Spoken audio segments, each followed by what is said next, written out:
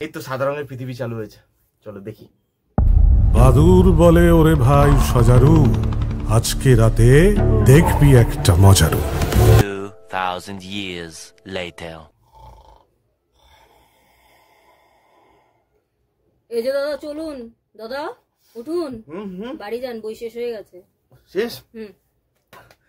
Heavy cinema, heavy cinema না? চলুন বাড়ি গিয়ে রিভিউ করি। रहा नहीं जाता, तड़प ही ऐसी है ना। হ্যালো ফ্রেন্ডস, আমি শুভম। এখন রিভিউ করব সাদা রঙের পৃথিবী, যেটা ডাইরেক্ট করছে রাজশ্রীতে এবং যেটার কাস্টে আছে শ্রাবন্তী, সৌরাচিনী, আমাদের অরিন্দম দা, ঋতব্রত, স্নেহা এবং আরো অনেকে। তো এবার এটার গল্পটা যদি একটুখানি বলে নি, আসছি পজিটিভ দিক নেগেটিভ দিকে আসছি। আর আমার সিনেমা দেখার এক্সপিরিয়েন্স তো আপনারা অলরেডি দেখেই নিলেন। তো এবার এর গল্পটা হচ্ছে কাশিতে একটা বিধবাদের থাকার জায়গা, একটা আশ্রম টাইপের বলতে পারেন। সেখান থেকে না কিছু বিধবা উধাও হয়ে যাচ্ছে। এবার গল্পে আগে এটাই দেখার যে এটা কারা করছে, বিধবারা কোথায় যাচ্ছে উধাও হয়ে, শেষ অব্দি যারা করছে এই জিনিসটা তারা ধরা পড়ে কিনা, যে বিধবারা এখান থেকে উধাও হয়ে যাচ্ছে তারা বেঁচে আদৌ আছে নাকি নেই, এই সব কিছু নিয়েই এই সিনেমাতে দেখানো হয়েছে। এবার যদি এর পজিটিভ দিক নিয়ে কথা বলি, খুব খুঁজে খুঁজে দু চারটে পজিটিভ দিক আমি আপনাদের জন্য নিয়ে এসেছি। যারা বাংলা সিনেমার পাশে থাকে তাদের জন্য তো কিছু পজিটিভ দিক রাখতে হবে না, তো তাদের জন্য কিছু পজিটিভ দিক আমি এনেছি। ফার্স্ট, এটার পজিটিভ দিক, এখানে কাশিটাকে ভালোভাবে ক্যাপচার করা হয়েছে। এমনি আমরা জানি যে বাংলা মুভি চার দেওয়ালের একটা সিনেমা হয়ে গেছে এখন, সেখান থেকে বেরিয়ে কাশিতে গিয়ে তারা শুট করেছে অলি গলি, কাশির ঘাট, আমাদের কাশির যে সন্ধ্যেবেলার আরতি হয় সেই জায়গাগুলো, সেগুলো ভালোভাবে ক্যাপচার করা হয়েছে। কাশিটাকে খুব ভালোভাবে দেখানো হয়েছে, এটা কিন্তু একটা ভালো দিক। নেক্সট যেটা নিয়ে কথা বলবো, দুজনের পারফরমেন্স এখানে ভালো। এক হচ্ছে স্নেহার পারফরমেন্স এখানে ভালো।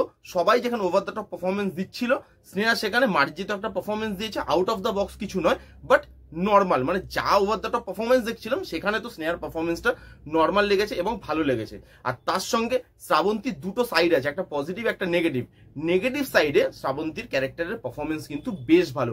যেহেতু এরকম ক্যারেক্টারে শ্রাবন্তীকে আগে আমরা দেখিনি, তো সেই জন্য ওই নেগেটিভ রোলে শ্রাবন্তীকে কিন্তু আমার খারাপ লাগেনি, বেশ ভালো লেগেছে। আর আরেকটা যেটা এখানে পজিটিভ দিক আছে, এর যে মেসেজটা ডেলিভার করতে চাইছিল, দেখুন শহরে তো বিধবাদের নিয়ে এতটা এখন কিছু হয় না, বিকজ যারা এখন উইডো তারা চাকরিও করছে, বড় বড় বিজনেসও চালাচ্ছে। বাট গ্রামের দিকে কিন্তু এখনো বিধবাদের নিয়ে, ওই যে একজন ধরুন কারোর হাজবেন্ড মারা গেল, কিন্তু পুরো গ্রামের লোক সেই বউটাকেই দোষ দেয় যে তোর সাথে বিয়ে হওয়ার পর স্বামী মারা গেল। তারপরে ধরুন বিধবাদের, মানে যারা কম বয়সে বিধবা হয় তাদের শখগুলো তো পূরণ হয় না, তারা রঙিন কাপড় পরতে চায়, আমিষ খেতে চায়, মানে মাছ মাংস, সেগুলো তাদের পূরণ হয় না। এই যে তাদের মধ্যে যে সুপ্ত বাসনাগুলো থেকে যায়, ফ্যামিলির থেকে অনেক ছোট বয়সে বিয়ে দিয়ে দেওয়া হয়, সেই জিনিসগুলোকে এখানে ভালো করে তুলে ধরা হয়েছে। এই মেসেজগুলো কিন্তু লাউড অ্যান্ড ক্লিয়ার, সেটা কিন্তু বেশ ভালো। বাকি এই সিনেমাতে আর কোনো পজিটিভ দিক নেই।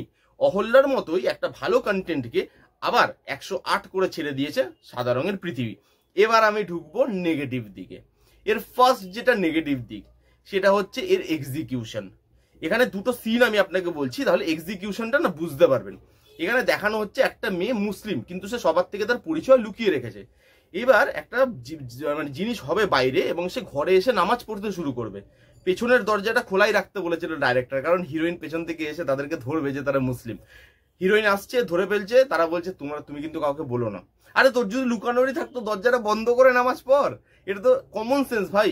আরেকটা জায়গা আমি আপনাকে বলছি, পুলিশ সামনে দাঁড়িয়ে আছে, পুলিশের হাতে বন্দুক, ভিলেন একটা মেয়েকে তার চোখের সামনে মেরে দিল, পুলিশ চুপচাপ দাঁড়িয়ে আছে। কখন সিন কাট হবে, তারপরে সে ভিলেনকে মারতে যাবে।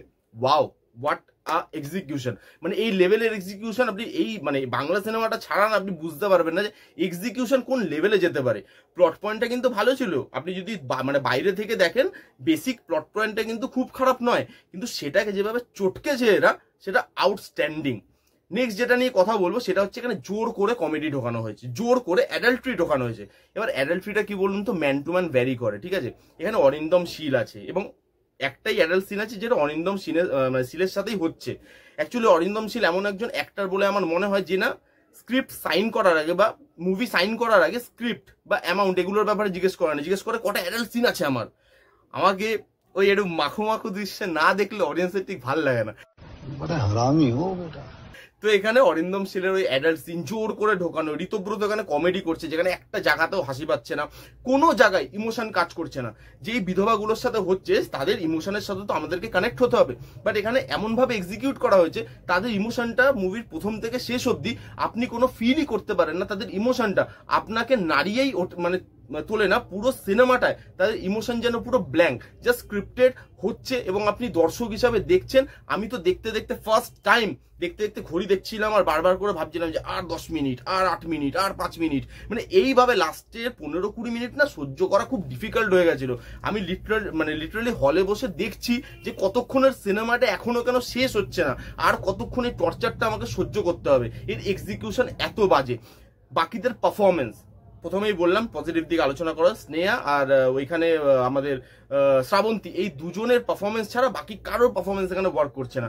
সবার পারফরমেন্স প্রচুর ওভার দ্য টপ, মানে প্রচুর স্ক্রিপ্টেড লাগছে। তাদের দেখে বোঝা যাচ্ছে যে তারা ক্যামেরার সামনে পারফর্ম করছে এবং তারা স্ক্রিপ্টেড জিনিসটাই পারফর্ম করছে। সেই অ্যাক্টিং এর মধ্যে না কোনো আত্মা ঢোকেনি, কোনো মন থেকে তারা অ্যাক্টিংটা করছে না, সেটা আপনি দেখলে পরিষ্কারভাবে বুঝতে পারবেন। একদম বাজে অ্যাক্টিং করেছে। তো এখানে অ্যাক্টিং বলুন, জোর করে অ্যাডাল্ট্রি, কমেডি, ইমোশন কাজ করছে না। টুইস্ট, মেন জিনিসই বলতে ভুলে গেছি। স্ক্রিনে যখন টুইস্ট গুলো আসছে আমি যে ইয়াস টুইস্ট, এবার মুভিতে একদম মানে এবার ফাস্ট পেস মুভি হবে, এবার আমি একটু এনার্জি পাবো, চলো টুইস্ট এসছে। তারপর কিছুক্ষণ বাদে মনে হলো কাকা এটা তো আমি জানতাম, আই নো দিস, এটাই হওয়ার ছিল। এত প্রেডিক্টেবল টুইস্ট অ্যান্ড ডান্স তো কে দেয় ভাই? পারফরমেন্স, টুইস্ট অ্যান্ড ডান্স, কোনো থ্রিল ওয়ার্ক করছে না, কমেডি ওয়ার্ক করছে না। কেন এই সিনেমাটা বানানো সেটাও আমি বুঝতে পারলাম না। ভালো কন্টেন্ট গুলো এরা কেন নষ্ট করে? এরা বানানোর পর দেখে না, আমি কিচ্ছু জানি না ভাই। যাদের সাদা রঙের পৃথিবী দেখা ইচ্ছে আছে তারা যান, যারা বাংলা সিনেমার পাশে থাকতে চান তারা যান। আমার পক্ষে এর থেকে বেশি ভালো করে রিভিউ দেওয়া এই মুভিটার জন্য সম্ভব হলো না। কারা দেখেছেন সাদা রঙের পৃথিবী তারা কমেন্ট করে জানাতে পারেন, যারা দেখেননি তারা ভগবানের নাম নিয়ে চলে যান মুভিটা দেখতে। তো এই ছিল রিভিউটা কেমন লাগলো জানাতে ভুলবেন না। রিভিউটা যদি ভালো লাগে তাহলে please give it a Thums up, like করবেন, কমেন্ট করবেন, শেয়ার করবেন, চ্যানেলটাকে আমার সাবস্ক্রাইব করবেন। দেখা হচ্ছে নেক্সট কোনো ভিডিওতে। ততক্ষণ bye bye, take care and be safe.